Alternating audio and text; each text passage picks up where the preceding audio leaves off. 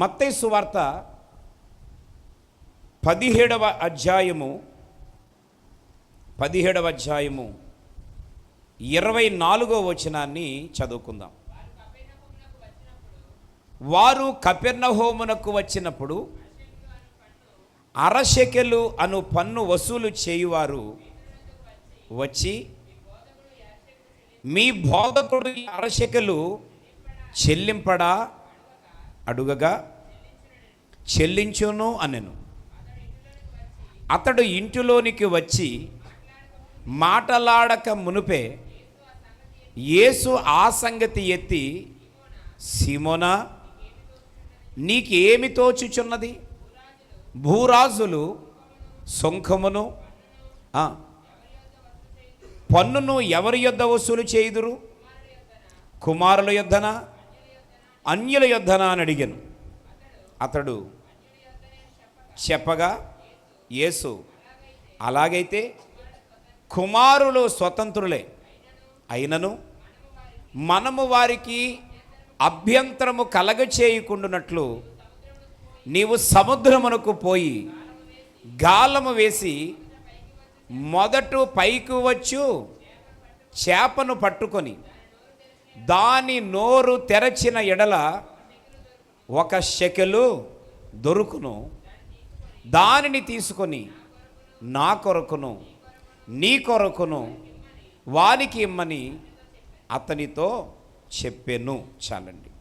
ఇక్కడ కపెర్నహూమునకు ప్రభువైన యేసుక్రీస్తు వారు తన శిష్యులు వచ్చినప్పుడు ఈ యొక్క పేతురు అనేటువంటి శిష్యుడు అంటున్నాడు, అయ్యా, ఈ కపెర్నహూము అనే ప్రదేశానికి వచ్చారు కదా, ఒక్కసారి మా ఇంటికి వచ్చి వెళ్ళిపోండి, ఒక్కసారి మా ఇంటికి వచ్చి మనం వెళ్ళిపోదాం అని చెప్పి ప్రభు అయిన యేసుని అక్కడ తీసుకొని వచ్చారు. ఆయన లోపల కూర్చున్నారు. ప్రభువారికి మంచి చెడ్డలను సిద్ధపరిచే ప్రయత్నంలో పేతురున్నాడు.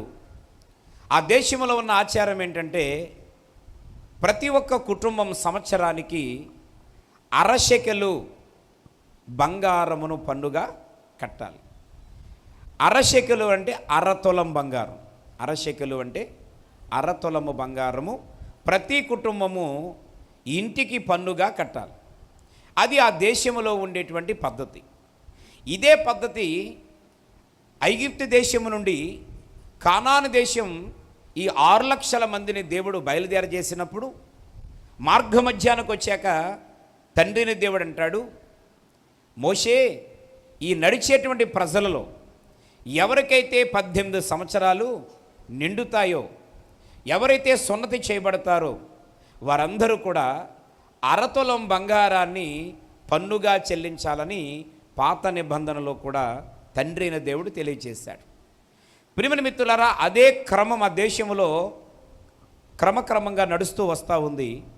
అయితే ఈ అరశెకలు పన్ను కట్టించుకునేవారు పేతురు ఇంటికి వచ్చి అంటున్నారు, మీ యేసు కూడా ఈ గ్రామాల్లో తిరుగుతూ సేవ చేస్తున్నాడు కదా, ఆయన వెనక చాలా జనాలు వెంబడిస్తున్నారు కదా, మరి మీ యేసు ప్రభువారు పన్ను కట్టడా అని అడిగితే, నోట్లో మాట నోట్లో ఉంటుండగా ఆయనకేమైనా రేషన్ కార్డు ఉందా, ఆయనకేమైనా ఆధార్ కార్డు ఉందా, ఆయనకేమైనా ఇక్కడ ఇల్లు ఉందా, కరెంటు మీటర్ ఉందా అని ఏమి క్వశ్చన్ చేయలేదు. కానీ పేతురు అన్నాడు, ఎదట వారికి అవకాశం ఇవ్వకుండా నోట్లో మాట నోట్లో ఉంటుండగా అన్నాడు, ఆయన కూడా ఖచ్చితంగా ఏం చేస్తాడు?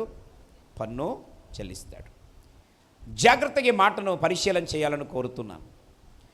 యేసు ప్రభువారు ఏ ఉద్యోగం చేయట్లేదు. యేసు ప్రభువారికి ఏ విధమైనటువంటి ఆదాయంతో పని లేదు. ఆయన ప్రజల్లోకి వెళ్ళి సువార్తను ప్రకటించి స్వస్థతలు అద్భుతాలు చేసి చనిపోయిన వారిని బ్రతికిస్తూ పగటి వేళ దేవాలయంలో వాక్యాన్ని బోధిస్తూ ఆయా స్థలాల్లో సంచారం చేస్తూ సువార్తను ప్రకటించి రాత్రి వేళ ఒలీవ కొండకు వెళ్ళి ప్రార్థన చేసుకుంటున్నాడు. ఈయన దగ్గర డబ్బులు ఎక్కడి నుంచి వస్తాయి? ఆయన దగ్గర ఎక్కడ ఉంటుందండి బంగారం? ఇక 2. ఇప్పుడు పేతురైనా యోహానైనా యాకోబైనా అందరూ కూడా ప్రభు అయిన యేసుక్రీస్తు వారిని వారు వలలు, వారి జీవనోపాధి ఇవన్నీ విడిచి యేసయ్యను ఏం చేస్తున్నారు? వెంబడిస్తున్నారు. ఇప్పుడు యేసు ప్రభు వారికి జీతం లేదు, ఆదాయం లేదు, శిష్యులకు కూడా ఏమీ లేదు. కానీ పన్ను కట్టించుకునేవారు వచ్చి, ఏమయ్యా, బోధకుడు పన్ను కట్టాలి, నువ్వు కూడా పన్ను కట్టాలి అని అంటే అతను, ఇప్పుడు డబ్బులు ఎక్కడ ఉన్నాయండి, ఇప్పుడు బంగారం ఎక్కడ ఉందండి, ఇప్పుడు అరశేకలు ఎక్కడ ఉందని చెప్పి అనలేదు. కానీ వాళ్ళు అడిగిన వెంటనే అన్నాడు, నేను కడతాను, మా బోధకుడు కూడా కడతాడు అని చెప్పి వారు ఎదరికి వెళ్ళారు. మరలా వస్తానని లోపలికి వస్తున్నాడు, ముఖం చిన్న ముఖం చేసుకొని చాలా వేదన మదన పడిపోతూ వస్తున్నాడు. ఏంటనంటే యేసయ్య దగ్గర ఏముందో లేదో పేతురికి తెలుసు, పేతురు దగ్గర ఏముందో లేదో పేతురికి తెలుసు. కానీ అక్కడ మాట ఇచ్చేశాడు, మీ బోధకుడు పన్ను చెల్లించడా, నీవు పన్ను చెల్లించవా అని అడిగితే, ఎందుకు చెల్లించం, మా బోధకుడు చెల్లిస్తాడు, నేను కూడా చెల్లిస్తానని చెప్పాడు. లోపలికి వెళుతుండగా ఆ విషయాన్ని ప్రస్తావించకుండానే ప్రియమైన మిత్రులారా, యేసు ప్రభు లోపలికి, పేతురు లోపలికి రాకుండానే అంటున్నాడు, సిమోను పేతురు, నీకేం తోస్తుంది అని అడుగుతున్నాడు. హల్లెలూయా. జాగ్రత్తగా వినాలి.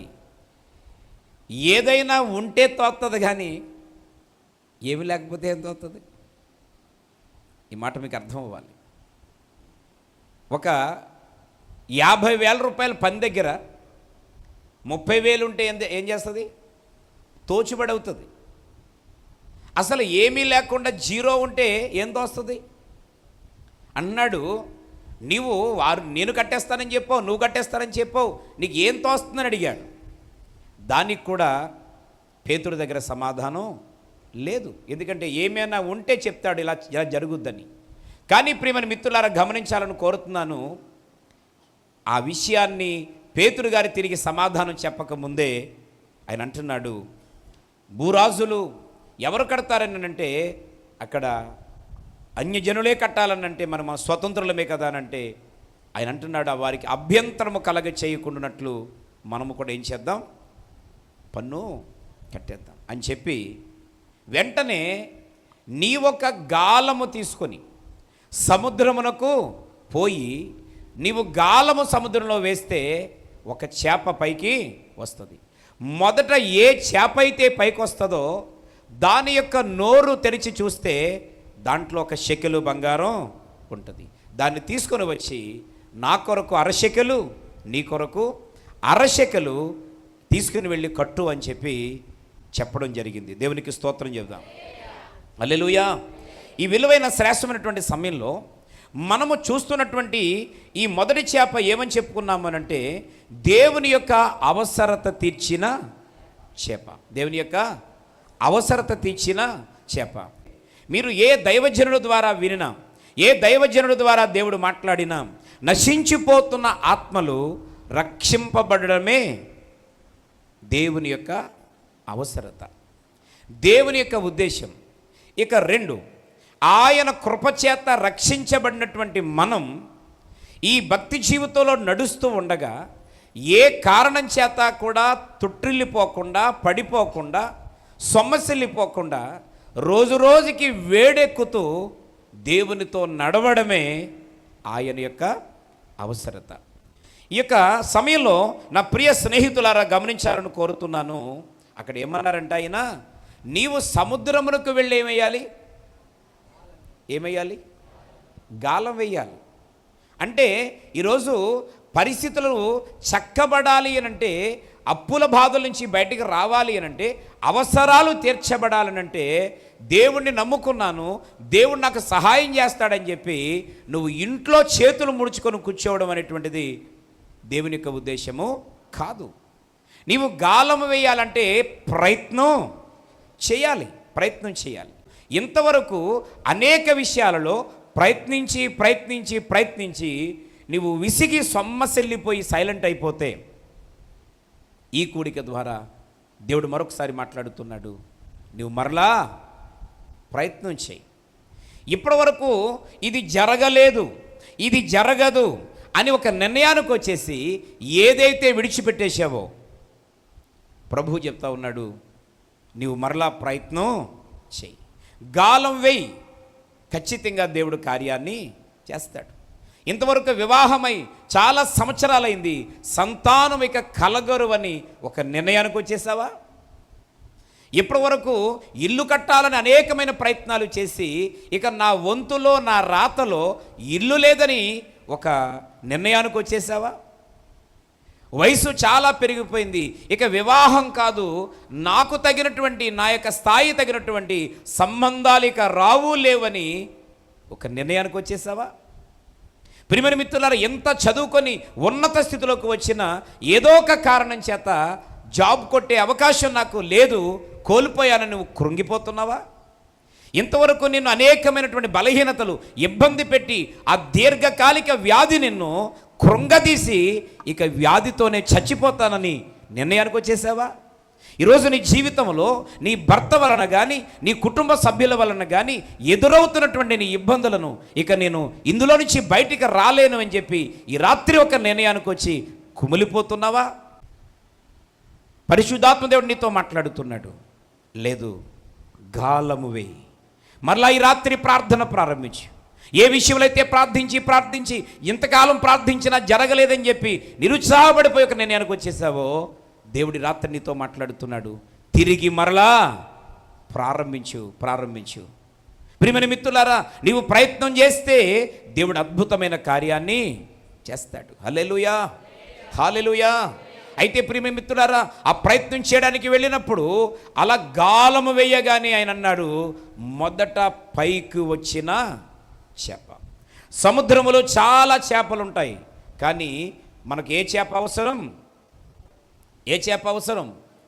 మొదట పైకి వచ్చిన చేప. ప్రియమైన మిత్రులారా, నీ జీవితంలో నిరుత్సాహపడిపోయి జరగవనుకున్న కార్యాలు జరగాలి, మరలా కార్యం ప్రారంభించబడాలి అని అంటే నేను ఎలా ఉండాలంటే మొదట పైకి వచ్చే చేప వలె ఉండాలా. ఆమేన్. దేవుని పని అనంటే, దేవుని కార్యం అనంటే మనం ఎలాంటి సిద్ధపాటును కలగాలనంటే, ప్రభువా నేనున్నాను, నన్ను వాడుకోండి. ప్రభువా నేను సిద్ధంగా ఉన్నాను, నన్ను వాడుకోండి.